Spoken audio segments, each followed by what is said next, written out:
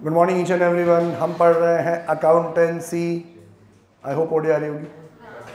हम पढ़ रहे हैं अकाउंटेंसी। अकाउंटेंसी में आज का हमारा नया टॉपिक है इंटरनल रिकंस्ट्रक्शन। तो कृति बेटा नया फोल्डर बनाना, उसमें ही वीडियोस डालना, अपलोड करना, ठीक है। अब आप लोगों के लिए आपकी जो अकाउंटेंसी है वो first group and second group को मर्ज करके एक सिंगल कर दी गई है, ठीक है ना। 8 के जो 6 पेपर हुए आपके, होप आप लोगों को पता होगा कि आपसे पहले इंटर में 2 ग्रुप हुआ करते थे और 4-4 सब्जेक्ट हुआ करते थे, ठीक है। अब वो 4 सब्जेक्ट को हटा के 6 सब्जेक्ट कर दिए। एक सब्जेक्ट जो हटाया वो है ITSM, आपका इसका हटा दिया उन्होंने, और जो 2 अलग अलग ग्रुप में अकाउंटिंग होती थी उसको एक कर दी उन्होंने, मर्ज कर दी। कुछ टॉपिक्स हटा दिए और कुछ टॉपिक्स रहने दिए। तो मेरा पार्ट इसमें कितना है कि सेकेंड ग्रुप की अकाउंटिंग मैं पढ़ाता था, तो जितने भी एज सेकेंड ग्रुप के हैं, डिफ़िकल्ट वाले, बाद वाले, वो सब मैं पढ़ाऊँगा। जितने भी चैप्टर्स आपके सेकंड ग्रुप के हैं वो भी मैं पढ़ाऊँगा। अब शब्बीर कह रहा है कि वो जो छोटे छोटे सिंपल वाले चैप्टर हैं वो पढ़ा देगा, बायबैक वगैरह, लेकिन डिफ़िकल्ट वाले तो मैं ही पढ़ाऊँगा।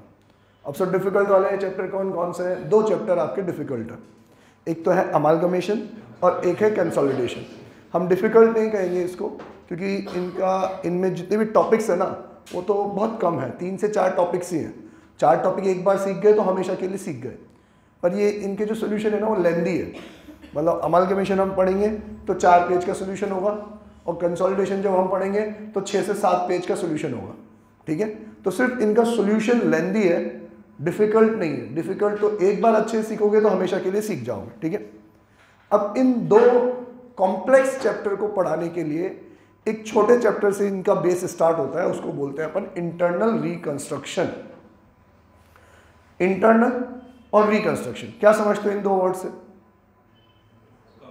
इंटरनल मतलब अंदर ही अंदर, रिकंस्ट्रक्शन मतलब दोबारा से रिकंस्ट्रक्ट करना। अगर मैं यूं कहूं कि मैं इस बिल्डिंग का इंटरनल रिकंस्ट्रक्शन कर रहा हूं तो क्या होगा कि जो इसका फ्रंट एलिवेशन है वो चेंज नहीं होगा, लेकिन हो सकता है कि अंदर की दीवारें टूट फूट के कि जो हॉल्स मेरे 3 थे वो 4 कर दिए जाए, 5 कर दिए जाए, जो पहले 3 सिर्फ हॉल्स थे उनको 2 BHK के 2 अलग अलग फ्लैट में कन्वर्ट कर दिए जाए। ऐसा हो सकता है कि नहीं हो सकता? बाहर का एलिवेशन वही है। मींस अगर हम कंस्ट्रक्शन के वर्ड से चलें, एक्सटर्नल रिकंस्ट्रक्शन और इंटरनल रिकंस्ट्रक्शन में फ़र्क क्या होगा? सर एक्सटर्नल रिकंस्ट्रक्शन में हो सकता है हम बिल्डिंग पूरी डेमोलिश करें, दोबारा से बनाएं, सब कुछ रिकंस्ट्रक्ट हो गया। इंटरनल रिकंस्ट्रक्शन में सर बिल्डिंग पूरी डेमोलिश नहीं करी जाएगी, सिर्फ अंदर की दीवारें, अंदर का रंग रोगन, अंदर का इंटीरियर चेंज किया जाएगा। मींस अब उसमें हम क्या करेंगे समझना कि बिल्डिंग के बेस पे समझे तो बिल्डिंग में RCC का वर्क समझते हो तुम लोग? नहीं समझते बहुत सारे लोग। ये बीम और छत डलती है उसका वर्क समझते हो तुम लोग? सबसे पहले यही होता है। अभी आप कहीं पे भी जाओ, देखो घर बन रहा हो किसी का, तो सबसे पहले क्या डलेगी? पिलर बनेंगे, छत डलेगी, पिलर बनेंगे, छत डलेगी, उसके बाद दीवारें बनना चालू होगी। तो मैं इंटरनल रिकंस्ट्रक्शन में क्या कहूँगा कि भाई साहब पता है क्या होगा? इंटरनल रिकंस्ट्रक्शन में ये हो सकता है कि ये सारे कॉलम एंड बीम ये ऐसे के ऐसे ही रहे, अंदर की दीवारों को तोड़ फोड़ के आप कुछ भी कर सकते हो। ये कंस्ट्रक्शन की लाइन की बात है। अब हम बात करते हैं अकाउंटिंग की बात। सर हम इंजीनियर थोड़ी हैं, हमें कंस्ट्रक्शन क्यों सिखा रहे हो?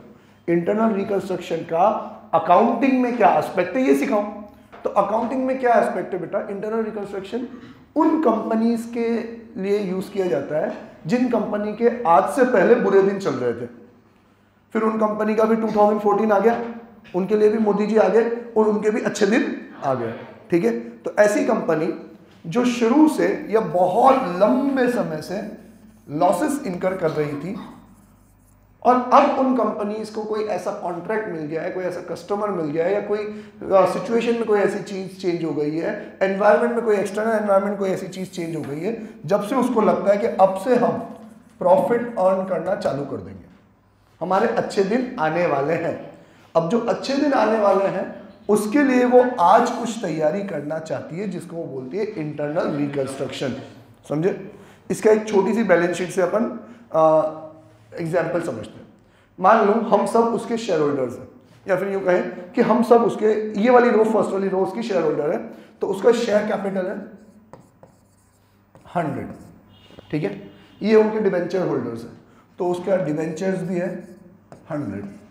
ये उनके एक्सटर्नल लायबिलिटीज़ हैं, मतलब लोन्स कह दो, सन्ड्री क्रेडिटर्स कह दो, या फिर आउटस्टैंडिंग एक्सपेंसेस वाले कह दो, कुछ भी कहो, बैंक ओवरड्राफ्ट कह दो, कुछ भी कहो कि ये हमारी परमानेंट वाली शेयर होल्डर्स लाइबिलिटी, ये हमारी नॉन करंट वाली लाइबिलिटी डिबेंचर्स, और ये हमारी बाकी सब लाइबिलिटीज, मैं इनको लेता हूँ लोन्स। ये कितने हैं 100, तो टोटल भैया हमारे पास कितने का है 300। लेकिन कंपनी के पास अब जो असेट्स है ना, वो असेट्स तो कितने के हैं 150 के ही हैं, तो बाकी के 150 का क्या हो गया लॉस। कंपनी जब ओपन हुई तो कंपनी ने 100 रुपये का शेयर कैपिटल इशू किया, कंपनी के पास 100 रुपये है, 100 रुपये के उन्होंने असेट्स खरीद लिए। धीरे धीरे धीरे धीरे कंपनी डूबती गई डूबती गई डूबती गई, तो उनके एसेट्स की वैल्यू कम होती गई होती गई होती गई। 100 रुपये में चीज़ खरीद के लाए, 100 में बिकी नहीं, 90 में बिकी, 10 का लॉस हो गया। ठीक है, फिर 90 की चीज़ खरीद के लाए, 80 में बिकी, 10 का फिर से लॉस हो गया। अब जब लॉस होता गया, काम करने के लिए पैसे कम पड़ते गए, हमने एक बार डिबेंचर इशू कर दिए, हमें एक बार लोन ले आए। अब होते होते क्या हुआ, हमारी स्थिति कभी सुधर ही नहीं पाई। 300 रुपये की लाइबिलिटी आ गई हमारे पास, लेकिन हमारे पास 300 के असेट नहीं है, हमारे असेट्स तो सिर्फ 150 के ही हैं, मतलब रिमेनिंग 150 का क्या है मेरे पास लॉस है। तो यहाँ पे P&L का डेबिट बैलेंस रहेगा 150, ये तो याद होगा ना आपको। हाँ, अगर मेरा profit and loss account positive है तो लाइबिलिटी साइड में रहेगा, क्योंकि वो क्या है शेयर होल्डर्स फंड है। लेकिन अगर लॉस है तो वो कहाँ रहेगा, असेट साइड रहेगा। ये समझते हो कि नहीं समझते हो, है ना। ओके, तो अब मुझे क्या दिख रहा है, अरे बाप रे, इस कंपनी का तो इतना हैवी लॉस है, कंपनी लगभग बंद होने की कगार पे है। लेकिन अब कंपनी को कोई ऐसा कॉन्ट्रैक्ट मिल गया है जो वो फ्यूचर में कंप्लीट करने के लिए कैपेबल है, और अब उसके पास ये कहीं ना कहीं ये वर्चुअल सर्टेनिटी है। वर्चुअल सर्टेनिटी मतलब डॉक्यूमेंट्री एविडेंस कि फ्यूचर में उसको प्रॉफिट होगा ही होगा। अब सर होगा तो क्या प्रॉब्लम है, लो करो काम, लिखा हो प्रॉफिट। पर कंपनी क्या देख रही है, यार मार्केट में देख अपनी छवि क्या हो रही है। कोई भी अपनी तरफ देखेगा तो क्या देखेगा, ओहो हो बाप रे। ठीक है, और अब अपन प्रॉफिट अर्न कर भी लेंगे। मान लो इतने सालों से 10-10 लाख का लॉस कर रहे थे, इस साल में 25 लाख का प्रॉफिट अर्न कर भी लेंगे, तो 25 लाख के प्रॉफिट से भी ज्यादा खुद सुधरेगा नहीं। क्यों, क्योंकि प्रॉफिट एंड लॉस का नेगेटिव बैलेंस कितना चल रहा है 150। अब उसमें से तुम 25 एडजस्ट भी कर लोगे तो भी वो तो लॉस ही दिखेगा, कितना 125। ऐसे अगर अपन हर साल 25-25 लाख, जो इस लॉस मेकिंग कंपनी के लिए बहुत बड़ी बात है, अगर आप हर साल 25-25 लाख का प्रॉफिट भी अर्न करोगे तो भी हालात पार पे आते आते कितने साल लग जाएंगे, 6 साल। मतलब लोग जो मेरे बारे में आज सोचते हैं 6 साल तक भी वही के वही सोचते रहे। तो वो सिचुएशन में नहीं चाहता कि मैं अच्छा काम करूं और फिर भी मुझे मेरे शेयर होल्डर्स से, मुझे मेरे स्टेक होल्डर्स से एनकरेजमेंट ना मिले, ये मैं नहीं चाहता। तो अपन क्या चाहते हैं कि आज के आज अच्छे दिन आए, उससे पहले मुझे इस लॉस को राइट ऑफ करना है। आज के आज मैं इंटरनली ऐसा कुछ फेरबदल करना चाहता हूं जिसको अपन बोलते हैं इंटरनल रिकंस्ट्रक्शन।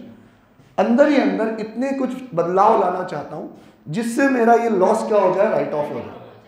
और अब जो मेरी बैलेंस शीट सामने आए वो ऐसी बैलेंस शीट सामने आए जिसमें कोई लॉस ना हो, और फिर मैं प्रॉफिट अर्न करूं तो 25 का प्रॉफिट बढ़ता जाए, और इवन मैं मेरे शेयर होल्डर्स को डिविडेंड भी देता जाऊं। समझ में आया कि नहीं आया? ठीक है, तो ऐसे लॉसेस को राइट ऑफ करने के लिए क्या करें।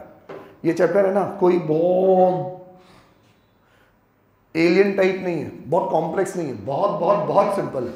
सारे आंसर इस छोटी सी बैलेंस शीट में ही है। आप मतलब इसको, जिसको अकाउंटिंग नहीं भी आती हो ना, पहली बार यहाँ बैठा हो, 11-12 में कॉमर्स नहीं भी लिया हो उसने, और पहली बार यहाँ बैठा हो, मैं कहूँ बेटा ये तेरे असेट्स है, ये तेरी लाइबिलिटी है, तेरे को अब यहाँ से 150 क्या करने हैं, बाहर निकालने हैं, तो हमें क्या करना चाहिए। मुझे 150 का मेरे पास लॉस है, उस लॉस का मेरे को भरपाई करनी है। मतलब मुझे एक तरीके से 150 रुपीज़ इकट्ठे करने। यही हुआ। मान लो ये सिद्धि की गाड़ी ठुक गई, 1.5 लाख की गाड़ी थी, अब ये घर जाने से डर रहा है कि मैं तो घर नहीं जाऊँ, पापा मारेंगे बेल्ट से, तो मेरे को तो 1.5 लाख की गाड़ी लेके जानी पड़ेगी। तो हम क्या कहेंगे, रुक जा भाई, अब हमारे पास 1.5 लाख तो है नहीं, पर हम तेरे इतने सारे दोस्त हैं, तो एक काम करते 1000 रुपये उगा देते, तो ऐसे तो 150 मेंबर लगेंगे। ठीक है, 1.5 लाख रुपए इकट्ठे करेंगे, गाड़ी खरीदेंगे, ले भाई जा घर। समझ में आया कि नहीं? मीन्स अगर आपके पास झोली भर के लॉस है, उस लॉस की भरपाई करने के लिए आपको पैसा इकट्ठा करना पड़ेगा कि नहीं करना पड़ेगा? नहीं, करना पड़ेगा। इसको अगर आप बैलेंस शीट के एस्पेक्ट से देखो तो अब मेरे लॉसेस की भरपाई कैसे हो सकती है, इसको वन ऑन वन देखते हैं अपन। पहले असेट साइड से चलते हैं। इसको तो मुझे राइट ऑफ ही करना है, ठीक है। तो 150 रुपये इकट्ठा करने के लिए मेरे पास एक रास्ता तो ये असेट है कि चेक कर लो कोई असेट जो कॉस्ट पे दिख रहा हो और मार्केट में उसकी वैल्यू ज़्यादा हो तो उसको रीवैल्यू कर सकते हैं कि नहीं कर सकते, कर सकते हैं। तो हो सकता है कि ये जो 150 के असेट है इसकी मार्केट वैल्यू कितनी हो, 200 हो, तो इसको 150 से कितने ले आओ आप, 200 ले आओ, तो आपके 50 की भरपाई तो हुई कि नहीं हुई। तो चलो थैंक गॉड सर, 50 की भरपाई तो हमारी यही हो गई। अब असेट में जितना स्कोप था अपन कर चुके, अभी भी अपना लॉस कितना बाकी है, सबको समझ में आ रहा है, ये बहुत सिंपल बेसिक लैंग्वेज में चल रहे हैं। अभी भी अपने पास लॉस कितना है, 100 का। अब 100 का लॉस कौन भुगतेगा भाई, अगर शेयर होल्डर भुगतेंगे तो बचेंगे ही कहाँ फिर वो। तो फिर क्या करेंगे भाई साहब, हम एक एक के पास जाएंगे और सबसे बात करेंगे और उनको पता है क्या कहेंगे कि मान जाओ, नहीं मानोगे तो कंपनी हो जाएगी बंद और चलती चलाई मशीनरी बंद हो जाएगी, कोई गारंटी नहीं है कि इतने भी मिलेंगे कि नहीं मिलेंगे। तो फिर क्या करेंगे, हम सबसे रिक्वेस्ट करेंगे और सबके लिए बातचीत करके विन विन वाला पोजीशन लेके आएंगे। कि विन विन वाली पोजीशन कैसे लेके आएंगे कि भाई साहब आपका लोन 100 का है ना, कंपनी बंद हो जाएगी तो 100 भी मिले ना मिले कुछ कह नहीं सकते अपन, एक काम करो ना प्लीज़ 75 में मान जाओ। 75 में वो कह रहा मैं क्यों मानूँ 75, मेरे तो तुम्हारी कंपनी बंद होगी तो सबसे पहले पैसे तो मुझे ही मिलेंगे। मैं ठीक है सर मिलेंगे, लेकिन लोन खत्म हो जाएगा। अगर आप मान जाते हो तो एक काम कर सकते हैं, आपने जो अभी हमें 10% पे लोन दे रखा है ना, उसकी परसेंटेज 10 से 12 कर देते हैं, तो आपका फ्यूचर में वो 2% क्या मिल जाएगा, ज़्यादा मिल जाएगा। और जब तक कंपनी चलती रहेगी तब तक आपको पैसा मिलता रहेगा, आपका भी फायदा हो जाएगा, हमारा भी फायदा हो जाएगा। समझे कि नहीं। तो मानिए कि हाँ यार ये बात सही कह रहे हो, ठीक है मेरे आप लोन को 100 से कम करिए, कितना कर दो 75 कर दो, मैं इस बात में एग्री हूँ, अपन एग्रीमेंट साइन कर लेंगे। अब उसका लोन जो है वो 100 से कम हो गया, कितना हो गया 75 हो गया। क्लियर, कितने की भरपाई हो गई 25 की, 75 अभी भी बचे। सेम चीज़ हम किसके पास लगेंगे, डिवेंचर होल्डर्स के पास, कि भाई साहब देख लो सेम बात है आपके लिए भी कि अगर बंद हो जाएगी कंपनी, क्या पता पूरे पैसे मिले ना मिले और ख़त्म हो जाएगी चीज़, मान जाते हो बढ़ा देते हैं रेट, या फिर एक दूसरा तरीका आपके एक के बदले में 2 डिवेंचर कर देते हैं, आपकी भी इंटरेस्ट की रेट क्या कर देते हैं, बढ़ा देते हैं, आपको रिडेम्पशन हम किस पे दे देंगे, पार पे दे देंगे, कुछ टर्म्स एंड कंडीशन चेंज करके कुछ ऐसा करते हैं कि हमारा भी थोड़ा फायदा हो जाए और फ्यूचर में आपका भी फायदा हो जाए। डिवेंचर होल्डर्स भी मान गए, कितने पे माने, अभी सिंप्लिसिटी पे रखते हैं, ये लोग भी 100 से कितने पे मान गए, 75 पे मान गए। लो सर मजा आ गया, ठीक है कितने कम हो गए, 25 और 25 50 और कम हो गए, 50 वहां कम हो गए थे, 50 यहाँ कम हो गए, 100 कम हो गए, 150 में से अब लॉस कितने बचा, और पार्टी कौन सी बची, शेयर होल्डर्स। भाई साहब तुम्हें तो कुछ भी नहीं मिलेगा, जो बचता सब तुम्हारे ही जाता, तो तुम्हें तो अब 100 के बदले में 50 ही देंगे, मानो कि मत मानो, तो वो हाथ जोड़ के मान जाएंगे हाँ भाई साहब हमें पता पड़ ही रहा है, क्योंकि अल्टीमेटली जो 100 का लॉस था, असेट्स तो 150 के 200 हो गए थे, 150 के लॉस में से 100 50 की भरपाई हो गई, तो 100 का लॉस था, देने की बारी आती तो सबसे पहले लोन वालों को मिलता, फिर डिवेंचर वालों को मिलता, हमें तो बस यही मिलता, कुछ भी नहीं मिलता। ठीक है रेडी, अब हम हमारे 100 के शेयर को 50 में कन्वर्ट करने के लिए भी रेडी है। ठीक है चलो इन्होंने 50 में कन्वर्ट कर दिया, अब हमारे पास खूब सारा पैसा इकट्ठा हो गया, उतना ही इकट्ठा हो गया कि जितना हमें लॉस की भरपाई करनी थी उससे हम लॉस क्या कर देंगे, राइट ऑफ कर देंगे। अब अकाउंटिंग में राइट ऑफ करने के लिए हम हथकंडा कौन सा अपनाएंगे, इसका एक रामबाण इलाज सीख लो। जब से आपने 11th क्लास पढ़ी है उसके बाद से मोस्टली जितने भी चैप्टर्स आप पढ़ोगे सब में आपको एक इम्पॉर्टेंट अकाउंट्स बनाना सिखाया जाएगा, जिसको मैं बोलता हूँ माई बाप अकाउंट। जैसे आप पार्टनरशिप पढ़ोगे तो उसमें आपको रीवैल्यूएशन अकाउंट बनाना सिखाया होगा, जिसमें सारे प्लस माइनस के एडजस्टमेंट कहाँ हो जाते हैं, रीवैल्यूएशन में अंत में वो डिस्ट्रीब्यूट हो जाता है। डिसोल्यूशन पढ़ाया होगा तो रियलाइजेशन अकाउंट बनाना सिखाया होगा, कंसाइनमेंट में कंसाइनमेंट अकाउंट बनाना सिखाया होगा, जॉइंट वेंचर नहीं है आपके सिलेबस में, उसमें जॉइंट वेंचर अकाउंट बनाते। और अब जो मैं 3 चैप्टर आपको पढ़ाऊंगा तीनों में एक एक माई बाप अकाउंट बनेगा। माई बाप अकाउंट मतलब अगर कोई इलाज नहीं दिख रहा है तो कहाँ चल जाएगा वो, माई बाप अकाउंट में। जैसे सिंपल कि वो अपन रेक्टिफिकेशन ऑफ एरर पढ़ते हैं ना, उसमें एंट्री रेक्टिफाई हो गई लेकिन फिर भी एंट्री कंप्लीट नहीं हो रही तो कहाँ जाएगा, सस्पेंस में। तो वो सस्पेंस अकाउंट हमारा क्या था, माई बाप अकाउंट। यहाँ इंटरनल रिकंस्ट्रक्शन में हमारा माई बाप अकाउंट है कैपिटल रिडक्शन अकाउंट। क्या नाम है, पढ़े लिखे हो तुम लोग तो स्पेलिंग तो पूरी आती होगी, इसलिए कैपिटल छोटा ही लिख रहा हूं और मुझे तुम पे विश्वास नहीं है इसलिए रिडक्शन पूरा लिख रहा हूं। कौन सा अकाउंट है, कैपिटल रिडक्शन अकाउंट। तो जैसे जैसे हम इन लोगों से सेटलमेंट करते जाएंगे तो इनके सेटलमेंट में जो हमें फायदा हो रहा है उसको कहाँ पूल करते जाएंगे अपन, कैपिटल रिडक्शन में। ठीक है, अभी अकाउंटिंग डेबिट क्रेडिट नहीं सीखना, अभी तो सिर्फ बेसिक व्यवहारिक बात सीखनी है कि सर जो फायदा हो रहा है उसके लिए मैंने पहले एक गल्ला बना दिया, जिससे जो फायदा हुआ उस गल्ले में डालता गया।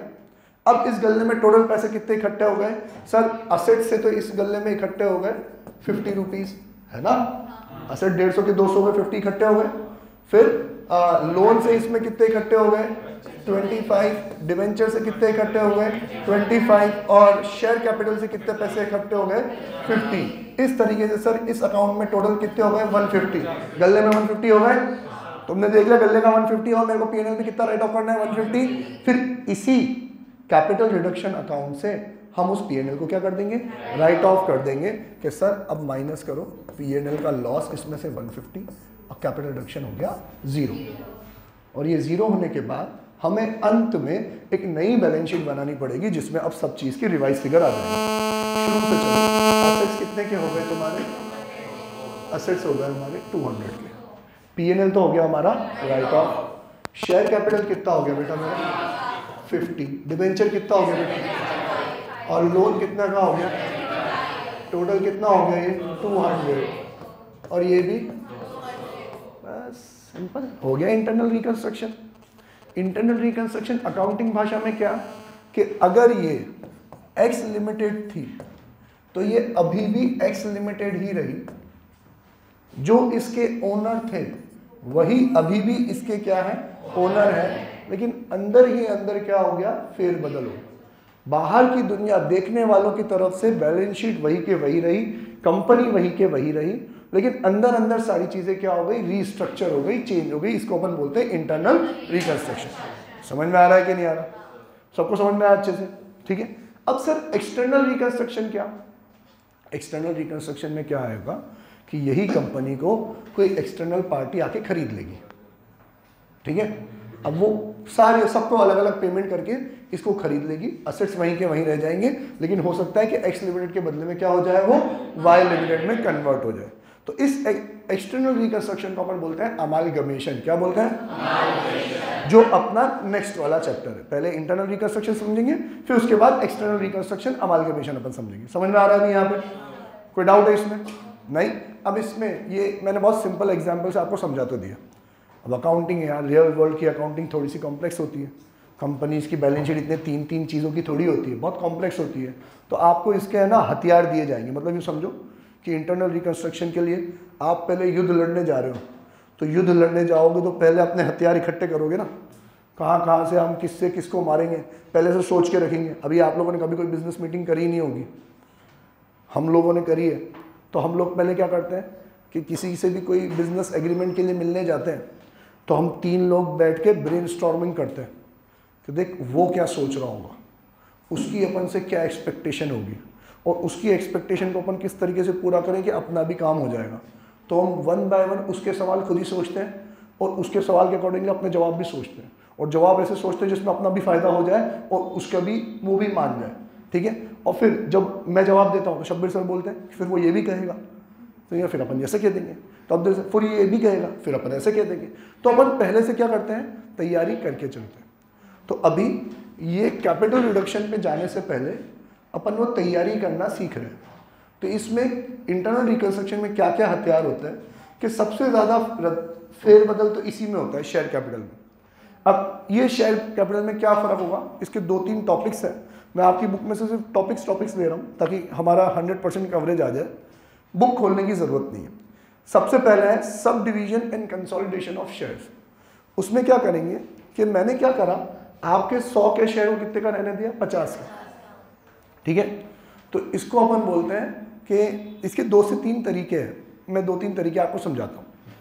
एक कि 100 रुपये की फेस वैल्यू का शेयर अपने आप ही कितने का हो जाएगा, 50 का हो जाएगा।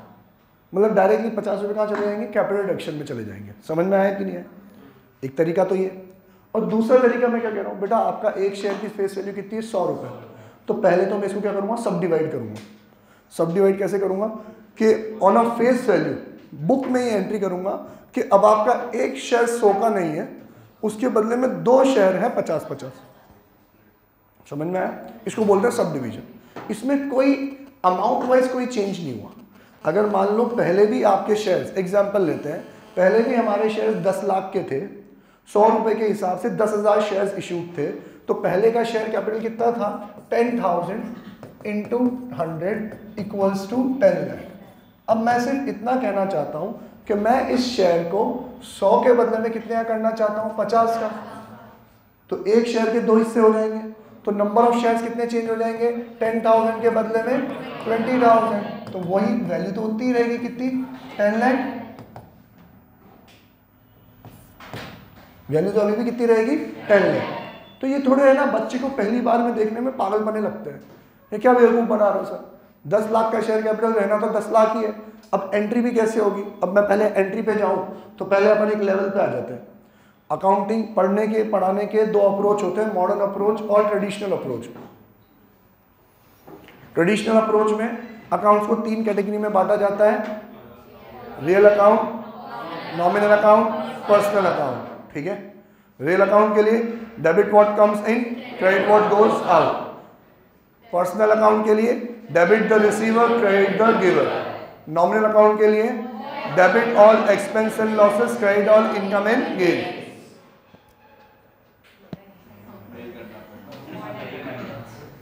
मैं नहीं पढ़ा था उससे, मैं पढ़ा भी नहीं हूँ उससे, इसलिए मैं पढ़ाता भी नहीं हूँ उससे। कंफ्यूजिंग होते हैं सारे। कंफ्यूजन यही होता है कि कौन सा अकाउंट पर्सनल है, कौन सा रियल है, कौन सा नॉमिनल है। हम तो सर अकाउंटिंग जब से हम सीखे हैं, हमें 4 चीज़ पढ़ाई गई है, असेट, लायबिलिटी, इनकम और एक्सपेंस। चौथे के साथ के बाद 5वीं कोई चीज़ ढूंढ के बता दो। कुछ लोग बोलते हैं कैपिटल, पर हम कहते हैं कैपिटल भी तो क्या है हमारे लिए, लायबिलिटी, तो one and the same thing. इसके सिवा और कोई चीज़ नहीं मिलेगी आप अकाउंटिंग में, 4 ही चीज़ है, 4 ही चीज़ है। तो हमारी अकाउंटिंग इन 4 पे बेस्ड है। हमने तो हाथ पे टैटू भी बनाया था। आप लोग अगर जो नए हैं वो इंस्टाग्राम का पेज देख सकते हैं, उसमें मीम्स का एक कॉलम है, वहाँ मीम्स देख सकते हैं। हमारा एक मीमोथॉन था, तो उसमें मैंने टैटू बना के उसमें फ़ोटो लिख रखा है कि असेट इंक्रीज होगा तो डेबिट। ठीक है, उस टाइम पे हम पुराने ज़माने में मार्केट से पढ़ाया करते थे।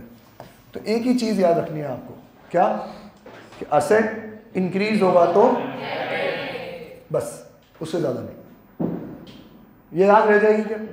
ये किसी के लिए नई बात है क्या? कोई ऐसा जिसके लिए सर ये असेट क्या होता है, वो डिज ऐसा किसी के लिए भी नहीं है। असेट इंक्रीज होगा डेबिट, ये भी लॉजिक सबको पता है। हाँ ठीक है, इसके पीछे कोई लॉजिक नहीं है। असेट इंक्रीज होगा तो डेबिट, इसके लिए कोई लॉजिक नहीं है।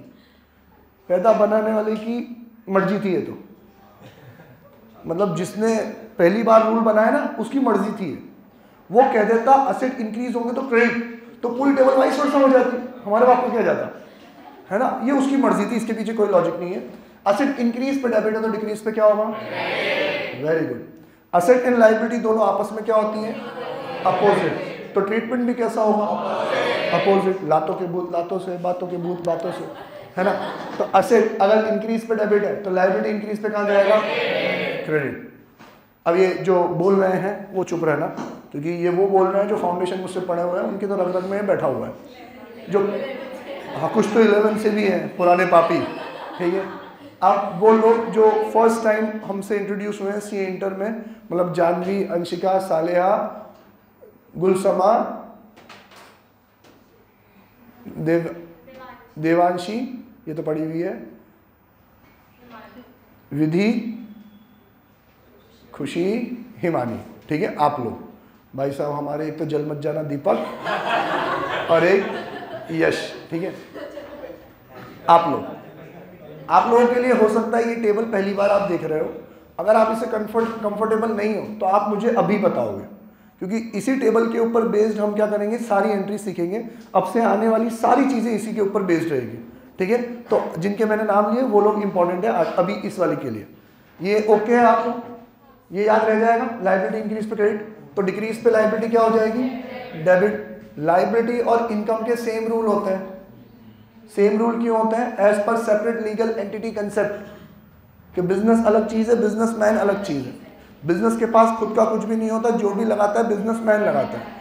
उनके लगाए हुए पैसों से बिजनेस जब पैसा अर्न करता है तो उस पैसों पे बिजनेस का अधिकार नहीं है, किसका अधिकार है, बिजनेसमैन का अधिकार है। इसीलिए आप तो पढ़ के आए हो तो खुल के बात कर सकते हैं। इसीलिए हम क्या करते हैं कि जब ईयर के एंड में इनकम माइनस एक्सपेंस करके नेट प्रॉफिट आता है, उस प्रॉफिट को हम कहाँ ले जाते हैं, कैपिटल में। हम क्या कहते हैं, मालिक जो भी हमने कमाया हमारा थोड़ी है, किसका है, आपका है। तो at the end of the year हमारी इनकम भी किस में कन्वर्ट हो जाती है, लायबिलिटी में। तो ये लोग इजीली मर्ज हो जाए, इसलिए इन दोनों के रूल क्या रखे जाते हैं, सेम। ठीक है, और ये तो जानी दुश्मन, इनकम और एक्सपेंस उल्टे विपरीत। तो इनका रूल क्या रहेगा, अपोजिट। इनकम इंक्रीज पे क्रेडिट, एक्सपेंडिचर इंक्रीज पे डेबिट और डिक्रीज पे क्रेडिट। ठीक है, अगर जो नए बच्चे हैं उनके मन में 1% भी डाउट हो, है क्या खुशी, तो खुश नहीं लग रही बेटा, 1% भी डाउट हो तो इस टेबल को हम एनालाइज कर सकते हैं। ये बिल्कुल आपके वही ट्रेडिशनल अप्रोच की तरह ही है। जैसे ये रहा आपका डेबिट और एक्सपेंस एंड लॉसेस, क्रेडिट और इनकम एंड गेन्स। उस रूल्स में प्रॉब्लम ये थी कि इनकम और गेन्स और एक्सपेंस और लॉस के बारे में बता दिया, लेकिन जब वो डिक्रीज होंगे तब क्या होगा ये नहीं बताया, तो वो ये टेबल कंप्लीट कर देता। फिर वहां पे रूल था रियल एसेट के लिए, debit what comes in, credit what goes out. Real asset मतलब हमारे रियल अकाउंट्स मतलब हमारे asset. Debit what comes in मतलब असेट जब आया तो उसकी वैल्यू इंक्रीज होगी तो डेबिट, गया मतलब डिक्रीज होगी तो क्रेडिट। ठीक है, लायबिलिटी मतलब आपके personal account, debit the receiver, credit the giver. Credit the giver मतलब अगर वो आपको कुछ दे रहा है तो आपके ऊपर क्या है, लायबिलिटी। तो लायबिलिटी इंक्रीज हो गई तो क्रेडिट, तो क्रेडिट द गिवर और डेबिट द रिसीवर। जब आप उसको लौटा रहे हो तो आप उसको दे रहे हो, वो क्या है, रिसीवर, तो आपकी लायबिलिटी क्या हो जाएगी, कम हो जाएगी। तो रूल्स वही है, नजरिया अलग अलग। हाथ मेरा वही है, ये गोरा है ये काला है ना। ठीक है, ओके। अब इसमें भी सबसे इंपॉर्टेंट जो हमें काम आएगा ना पूरे इंटरनल रिकंस्ट्रक्शन में, इसकी कोई जरूरत नहीं है।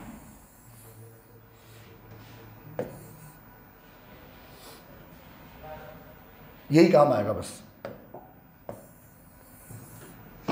इतना ही हमें ध्यान रखना है कि कब मेरा एसेट इंक्रीज हो रहा है, कब मेरा एसेट डिक्रीज हो रहा है, कब लायबिलिटी इंक्रीज हो रही है, कब लायबिलिटी डिक्रीज हो रही है। हम चले थे कहाँ पे, शेयर कैपिटल में सब डिवीजन और कंसोलिडेशन की तरफ से। तो मतलब ये खेल खेलेगा पहले हमारे साथ, कोई नतीजा कुछ भी निकलेगा, सिर्फ खेल खेल रहा है कि बच्चों आपके पास जो शेयर थे वो 100 रुपए के थे, अब मैं उस शेयर को एक शेयर के 2 शेयर करना चाहता हूँ। सब डिवीजन तो उसी को कहते हैं, रिड्यूस करना चाहता हूँ। कितने देर का टाइम था, मेरे को मैसेज करके पूछ लेगा बेटा यार। खेल खेलने हैं अपन, एक शेयर के कितने कर लेंगे अपन, 2 शेयर कर लेंगे, 100 का शेयर कितने का हो जाएगा, 50 का। तो सर नंबर ऑफ शेयर भी डबल हो जाएंगे, शेयर कैपिटल में कोई फर्क पड़ेगा क्या, नहीं। पर लायबिलिटी का क्या हो जाएगा, नाम चेंज हो जाएगा। पहले जो शेयर 100 रुपए का था वो कितने का रह जाएगा, 50 का ही रह जाएगा। तो 100 रुपए वाला शेयर गया, यही हुआ ना सर। 100 को मैंने बदल के कितना कर दिया, 50 कर दिया। तो 100 रुपए वाला शेयर गया और 50 रुपए वाला शेयर आ गया। शेयर कैपिटल में क्या है, लायबिलिटी। एक लायबिलिटी गई तो डेबिट, दूसरी वाली आई तो क्रेडिट। तो पुराना वाला गया, पुराना कितने का था, 100 रुपए का। तो मैं यूं कहूंगा share capital account, share capital ₹100 account debit to share capital ₹50 account. कितने से, वही 10 लाख, वही 10 लाख। ये रेड कलर मैंने ले लिया, पीछे से दिख रहा है क्या, पीछे से दिख रहा है, सबको विजिबल है। तो देखो क्या चेंज हुआ, लायबिलिटी तो 10 लाख की 10 लाख ही रही, सिर्फ नाम ही तो चेंज हुआ कि वो जो शेयर कैपिटल पहले ₹100 का था वो कितने का हो गया, ₹50 का हो गया। ये इंटरनल रिकंस्ट्रक्शन किसी काम का नहीं है, ये तो आगे जो अपन स्टेप करने वाला है ना उसके लिए एक छोटा सा स्पीड ब्रेकर है कि पहले क्या करो, अपने 100 रुपए के शेयर को 50 रुपए में कन्वर्ट कर दो। अब मैं कहूँगा ओए तुम्हारे सबके पास एक के बदले में 2 शेयर हो गए ना, अब वो दूसरा वाला शेयर मुझे दे दो, चलो उसको मैं क्या करूँगा, कैंसिल करूँगा। दूसरा वाला शेयर मैं क्या कर दूंगा, कैंसिल कर दूँगा। मतलब 10 लाख के 5 लाख के शेयर मेरे पास आ जाएंगे। तो मेरी ये जो नई लाइबिलिटी 50 रुपये की ये 10 लाख की थी, ये भी 5 लाख से क्या हो जाएगी, कम हो जाएगी। लाइबिलिटी मेरी कम हो जाएगी तो डेबिट। तो अगली एंट्री होगी शेयर कैपिटल ₹50 अकाउंट डेबिट, कितने से 5 लाख।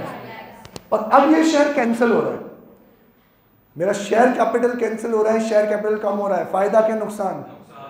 अगर ढक्कन हो तुम्हारे लिए नुकसान, कंपनी के लिए तो फायदा। अच्छी बात हुई ना, लॉस की भरपाई होगी ना, फायदा है। कहाँ जाएगा?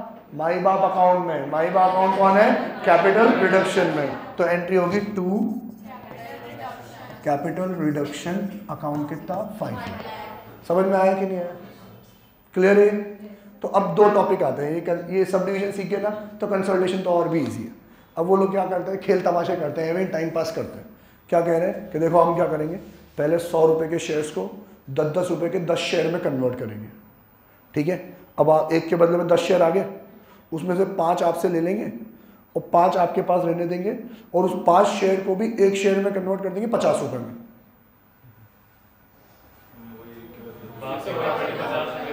बात तो वही पड़ी, लेकिन तुम्हारी नॉलेज कैसे टेस्ट कर रहे हो? तो पहले जब आप सब डिवाइड करोगे तो यही रहेगा। तब क्या एंट्री होगी? Share capital 100 to share capital 50, 10 lakh, कोई चेंज नहीं। अब ये वाली एंट्री होने से पहले एक एंट्री और होगी साला। अभी तो क्या करा उन्होंने, सब डिवाइड करा। अब कंसोलिडेट करेंगे। कंसोलिडेट करेंगे तो ये जो 10-10 रुपये के शेयर आए थे ना, वो 50 के नहीं थे, कितने के थे? ये 10-10 के शेयर कर दिए थे ना बेवकूफ़ों ने। तो अब वो 10 के बदले में क्या करना है? 50-50 के शेयर करना है। तो फिर अब ये 10 वाला भी गया, 10 वाला गया तो लायबिलिटी गई, तो क्या करेंगे? डेबिट। तो अब एंट्री करेंगे शेयर कैपिटल ₹10 अकाउंट डेबिट। कितने के गए? वही 10 लाख के। और कितने के रह गए? 2 शेयर कैपिटल ₹50 अकाउंट, कितना? 10 लाख। समझ में आया? और अब इस ₹50 वाला क्या हो रहा है? आधे कैंसिल हो रहे हैं, तो 52 कैपिटल रिडक्शन डन। तो इसमें दिमाग नहीं लगाना, सर ये क्या कर रहे हो यार, ये क्यों कर रहे हो, कोई पर्पस नहीं है। अलग अलग क्वेश्चन में अलग अलग शेयर होल्डर के साथ अलग अलग ट्रीटमेंट होगा। इसका करने का पर्पस ये है कि यार अगर मैं यूँ कहता कि आधे शेयर मुझे दे दो, तो किसी के पास 21 शेयर होते तो वो आधे कैसे देता मेरे को? समझे ना? 20 शेयर होते तो आधे दे देता मेरे को, 21 शेयर होते तो आधा कैसे देता? 21वां शेयर का आधा टुकड़ा फाड़ के देता क्या? नहीं ना। तो पहले हमने पर्पसफुली कि ये जो ऑड इवन का लफड़ा है ना, इसको खत्म करने के लिए पर्पसफुली इसके 1 के 2 कर दिए। ठीक है, अब 1 के 2 कर दिए तो 21 के बदले में कितने हो गए? 42 हो गए। अब बच्चों 42 में से 21 हमें दे दे, काम खत्म। ये सब डिवीजन तो वहां काम आया। कंसोलिडेशन कहाँ काम आएगा? अरे यार कंसोलिडेशन में हमने जो शेयर्स इशू कर रखे थे ना, वो शेयर्स इशू ही कर रखे थे हमने 10-10 रुपये के। अब 10-10 रुपये के शेयर में किसी के पास 1000, किसी के पास 2000, किसी के पास 3-3 हज़ार शेयर, तो इतने नंबर ऑफ शेयर्स बहुत ज़्यादा हो रहे थे। तो हमने पहले उन्होंने क्या कर दिया? कंसोलिडेट कर दिया कि हर 5 के बदले में 1 शेयर कर दो। ठीक है, अब 5 के बदले में 1 शेयर का भी पता है कब काम आता है? ये काम में आता है हमें कैपिटल रिडक्शन के बाद। कि पहले तो एक काम करो कि जिसके बाद 10-10 शेयर्स है ना, उन सब के 5-5 शेयर्स तो अपन ले लो, पहले आधे कर दो पहले तो शेयर्स। अब सबके पास 10-10 रुपये के कितने शेयर्स है? 5 शेयर है। अब उनके 5 शेयर को 1 में ही कन्वर्ट कर दो, तो फिर क्या आ जाता है? कंसोलिडेशन काम में आ जाता है। ठीक है, सब डिवीजन हो कि कंसोलिडेशन हो, आपका बेस तो यही रहेगा हमेशा। इससे ज़्यादा आपको कुछ नया सीखना ही नहीं। आपका तो यही सीखना है कि गया क्या, जो भी लायबिलिटी मेरी गई कम हो गई तो डेबिट, और जो नहीं है वो इंक्रीज हो गई तो क्रेडिट। बस इतना ही सीखना है अपन। समझ में आया कि नहीं? क्लियर? ओके, सबको समझ में आ गया? ओके, इलस्ट्रेशन नंबर 1 है इसका, मैं नहीं पढ़ा रहा हूँ, बच्चों जैसा है। नेक्स्ट है आपका conversion of fully paid shares into stock and stock into shares. अब ये क्या करते हैं कि ये भी आई डोंट नो क्यों करते हैं, ये यूँ कहते हैं कि पहले हम ये कंसोलिडेशन और सब डिवीजन करने से पहले डायरेक्टली 100 का 10, 10 का 100 ऐसा नहीं करेंगे। हम पहले सिंगुलर एंड प्लूरल समझते हो, पढ़ाया गया होगा इंग्लिश में। तो जो सिंगल होते हैं वो होते हैं शेयर्स, और जब हम उसको एक साथ इकट्ठा कर देते हैं वो क्या बन जाते हैं? स्टॉक। ठीक है, तो हम क्या करेंगे, पहले जो हमने अलग अलग शेयर्स इशू कर रखे हैं ना, उन सारे शेयर्स को एक साथ इकट्ठा करके बंच बना देंगे किसका, स्टॉक का। तो शेयर्स को कन्वर्ट कर दिया किसमें, स्टॉक में। गया क्या, शेयर्स। तो equity share capital account debit बन क्या गया, stock. To equity share stock account, क्या बोलेंगे, इक्विटी शेयर स्टॉक अकाउंट। ठीक है सर, ऐसा क्यों किया जाता है? अरे ये टेम्परेरी पर्पस के लिए किया जाता है, ताकि जब मेरी मर्जी रहे, अब इस स्टॉक को जो 10-10 रुपए के शेयर को मैंने स्टॉक बनाया था, अब मैं इसके किसी के लिए तो 25 का कर दूंगा शेयर, किसी के लिए 50 का कर दूंगा, किसी के लिए 100 का कर दूंगा, किसी के लिए 500 का कर दूंगा, मेरी मर्जी रहेगी। तो मैंने क्या करा कि देखो भाई एक काम करो, पहले तो आप सब अपने शेयर्स मेरे पास दे दो। ठीक है, मतलब यूँ समझो कि आप लोग कभी फ्रेंड्स में घूमने जाते हो, अक्सर जाते हो, तो उसमें हिसाब किताब रखते हो? बेवकूफ़ हो तुम, नहीं रखते हो। हिसाब किताब तो रखना चाहिए। हम तो आए दिन जाते हैं, तो हमारा तो बहुत क्लियर कट हिसाब किताब है कि जब भी घूमने जाएंगे, जितने जने होंगे, हाथों हाथ जब खर्चा हो जाएगा उसके बाद हिसाब करते हैं और एक दूसरे को फ़ोन पे जीपे हम कर देते हैं, भले ही वो 20 रुपये है, 100 रुपये है कि 500 रुपये है। ठीक है, तो होता क्या है कि अब मान लो शाम को हम घूमने जाते हैं रोज़, तो कहीं पे रुके पान खाया, कहीं पे खाए पराठे खाए, कहीं पे क्या, कहीं पे क्या, 4-5 जगह रुक के अलग अलग चीज़ें खा ली हमने रात भर में।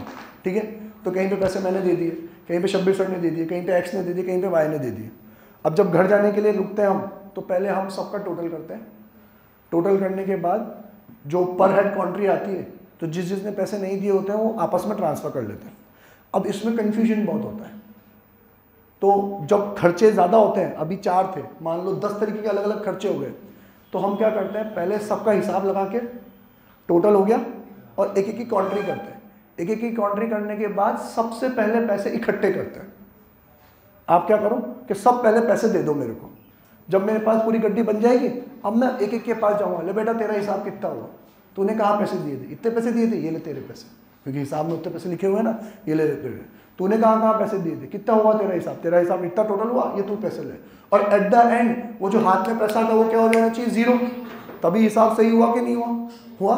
तो ये कंसेप्ट आता है इक्विटी स्टॉक में, कि हम पहले क्या करते हैं, सबके शेयर्स को मर्ज करके एक सिंगल स्टॉक में कन्वर्ट कर देते हैं, और फिर एक एक कैटेगरी के शेयर होल्डर्स के पास जाते हैं और उनसे बातचीत करते हैं कि आपका शेयर हम इतने का रहने देंगे, मंजूर है, बदले में आपको ये बेनिफिट इंक्रीज डिक्रीज कर दिया जाएगा, आपका शेयर इतने का रहने देंगे, आपका शेयर इतने का रहने देंगे, जो सेटल होता जाएगा उसको स्टॉक में से निकाल के शेयर कैपिटल में वापस से कन्वर्ट कर देंगे, स्टॉक में से निकाल के उतना ऐसा शेयर कैपिटल में कन्वर्ट कर देंगे, स्टॉक में से निकाल के शेयर कैपिटल में कन्वर्ट कर देंगे। और हमारा मेन पर्पस तो क्या था कि कुछ तो स्टॉक अपने हाथ में रहना चाहिए, ताकि पैसा हमारे पास जनरेट हो, जिससे हम लॉस की भरपाई कर पाए। अब जितना पैसा अल्टीमेटली स्टॉक कैपिटल स्टॉक में रह जाएगा, उसको अपन फिर कहाँ ट्रांसफर कर देंगे, कि कैपिटल रिडक्शन में ट्रांसफर कर देंगे। समझ में आया कि नहीं आया? ठीक है, क्लियर है? तो अब मैं एंट्री वर्बली बोल रहा हूँ, समझ में आनी चाहिए तुमको, कि पहले जो मेरा 10 रुपये का शेयर था उसको मैंने इक्विटी स्टॉक में कन्वर्ट कर दिया। तो यहाँ देख के एंट्री समझना, जो पुराना वाला गया उसके लिए मैं एंट्री करूंगा equity share capital ₹10 to equity stock account. ठीक है, फिर मैंने उस इक्विटी स्टॉक को कन्वर्ट कर दिया शेयर्स में, तो अब एंट्री करूंगा equity stock account debit to equity share capital ₹50, equity share capital ₹100। जैसा भी मैं करूं, अगर मैं पूरे इक्विटी स्टॉक को कन्वर्ट नहीं करता हूं, अब ये तो नंबर्स में हुआ, फेस वैल्यू में हुआ, अब अगर मैं अमाउंट वाइज करूं, तो जो मेरा पुराना इक्विटी शेयर कैपिटल था वो 10 लाख का था, तो इक्विटी शेयर में स्टॉक में कितना आया, 10 लाख। अब जब मैंने इस 10 लाख के स्टॉक को इक्विटी शेयर में कन्वर्ट किया ना, तो वो कन्वर्ट हुआ सिर्फ 8 लाख का, 2 लाख का इक्विटी स्टॉक मेरे पास रह गया। तो अब जो कन्वर्जन है वो एंट्री कैसे होगी देखना, एंट्री होगी equity stock account debit 10 lakh to equity share capital ₹50, ₹100, 8 lakh, क्योंकि वो नंबर ऑफ शेयर्स की काउंटिंग हमें देंगे कि इतने शेयर इतनी फेस वैल्यू पे कन्वर्ट कर दो, तो हमें हिसाब लगाना पड़ेगा, भाई ये तो 8 लाख की हुए, मतलब 2 लाख रुपए बच गया ना ऊपर। Equity stock account debit 10 lakh to equity share capital 8 lakh to capital reduction account 2 lakh. Done. तो ये तो छोटी मोटी एंट्रीज आपको सिखा रहे हैं कि फेमिलियर हो जाओ, ऐसे ऐसे दुश्मन मिलेंगे आपको वहां पे, वो ये सवाल करेंगे तो उनका जवाब तुम्हारे पास पहले से होना चाहिए। इंटरनल रिकंस्ट्रक्शन बेहद बेहद बेहद ईजी है। आप समझो, हमें सपने थोड़ी आएंगे कि इनका शेयर 100 रुपए का करना है, इसका शेयर 50 का करना है, इसका 10 का करना है, इसका शेयर कैपिटल 8 लाख का ही होना चाहिए, सपने आएंगे क्या? हमें अज्यूम करना रहेगा क्या? अगर अज्यूम करना पड़े तो सब फिर अलग अलग अज्यूम करने लग जाएंगे। मतलब ये सारी इंफॉर्मेशन, कौन सी चीज कितने में किसकी कन्वर्ट करनी है, ये सारी चीज क्वेश्चन में गिवन होगी कि नहीं होगी? होगी ना। तो हमें तो क्वेश्चन में पढ़ते जाना है और एंट्री पास करते जाना है, बहुत सिंपल है। मतलब इंटरनल रिकंस्ट्रक्शन तो 4-5 क्वेश्चन करने के बाद ऐसा लगेगा कि सर ये तो वो जो पहली बार अपन ने जर्नल एंट्री का क्वेश्चन सीखा था ना, जिसमें वो एक एक ट्रांजेक्शन देते थे, अपन एंट्री करते थे, वैसा क्वेश्चन है। तो सर इसमें उसने कहा कि इस शेयर को 100 के बदले में 50 का कर दो, इसके 10,000 के शेयर के बदले में 8,000 शेयर कर दो। तो ठीक है सर, हमें समझ में आ गया कि 10 लाख के हिसाब का 8 लाख ही दिया, बाकी का 2 लाख रुपए हमने क्या दे दिया, कैपिटल रिडक्शन में दे दिया। ठीक है, बस ये 2 लाख वाली बात नहीं कहेगा, वो पूरी बात बोलेगा कि 10 लाख के शेयर को 8 लाख में कन्वर्ट कर दो। तो ये अब हमें समझना है कि 2 लाख कहाँ जाएगा, कैपिटल रिडक्शन में। और पूरे इंटरनल रिकंस्ट्रक्शन का कंसेप्ट ही क्यों पैदा हुआ? क्योंकि अच्छे दिन आने वाले हैं। अच्छे दिन आने वाले हैं तो जो पुराने पाप है उनको हमें धोना है, पुराने प्रॉफिट एंड लॉस को हमें क्या करना है, राइट ऑफ करना है। क्या प्रॉफिट एंड लॉस को राइट ऑफ करना है तो पहले पैसा बटोरना पड़ेगा। पैसा बटोरना पड़ेगा तो ये जितने भी ट्रांजेक्शन्स दे रखे हैं इन सब के पीछे ऑब्जेक्टिव क्या होगा कि मेरा कैपिटल रिडक्शन कहीं ना कहीं पहले क्या होगा, इंक्रीज। फिर जब कैपिटल रिडक्शन मेरे पास पूरा बन जाएगा और अंत में इतना पैसा हो गया, जैसे टैक्स में पढ़ रहे हैं ना अपन 54F में कि घर बनाना है तो पहले इतनी प्रॉपर्टी इकट्ठी कर लो कि जिससे घर बन जाए। जब प्रॉपर्टी इकट्ठी हो गई तो सारी बेच देंगे और क्या बना लेंगे, घर बना लेंगे। तो पहले अगर आपको लॉस राइट ऑफ करना है तो इतने लोगों से बातचीत कर लो, इतने सेटलमेंट कर लो कि आपके पास कैपिटल रिडक्शन में इतना अमाउंट इकट्ठा हो जाए। हो गया तो फिर अंत में क्या कर देंगे अपन, राइट ऑफ कर देंगे। समझ में आया कि नहीं? ठीक है, अकाउंटिंग सीखनी है तो सिर्फ इतना सा, असेट इंक्रीज होगा तो हो गया, बस असेट इंक्रीज होगा तो डेबिट। अकाउंटिंग इतनी सी, इससे ज्यादा नहीं। आती है क्या ये? नहीं आती तो सीख जाओगे क्या ये? छोटी सी है कि नहीं है? ठीक है, कंसेप्ट सीखना है तो बस ये इंटरनल रिकंस्ट्रक्शन खत्म हो गया। इसके बाद नया कुछ भी नहीं पढ़ाऊंगा। छोटे मोटे हथियार, सब डिवीजन, कन्वर्जन, ये जो पढ़ा है ना, ऐसी छोटी मोटी चीजें पढ़ाऊंगा। उसमें यही करना है, कौन सी असेट गया, कौन सा असेट आया, कौन सी लायबिलिटी गई, कौन सी लायबिलिटी आई, बस इतना ही सीखना है। आज के लिए इतना ही, फिर मिलते हैं, तब तक के लिए बाय, टाटा, सी यू।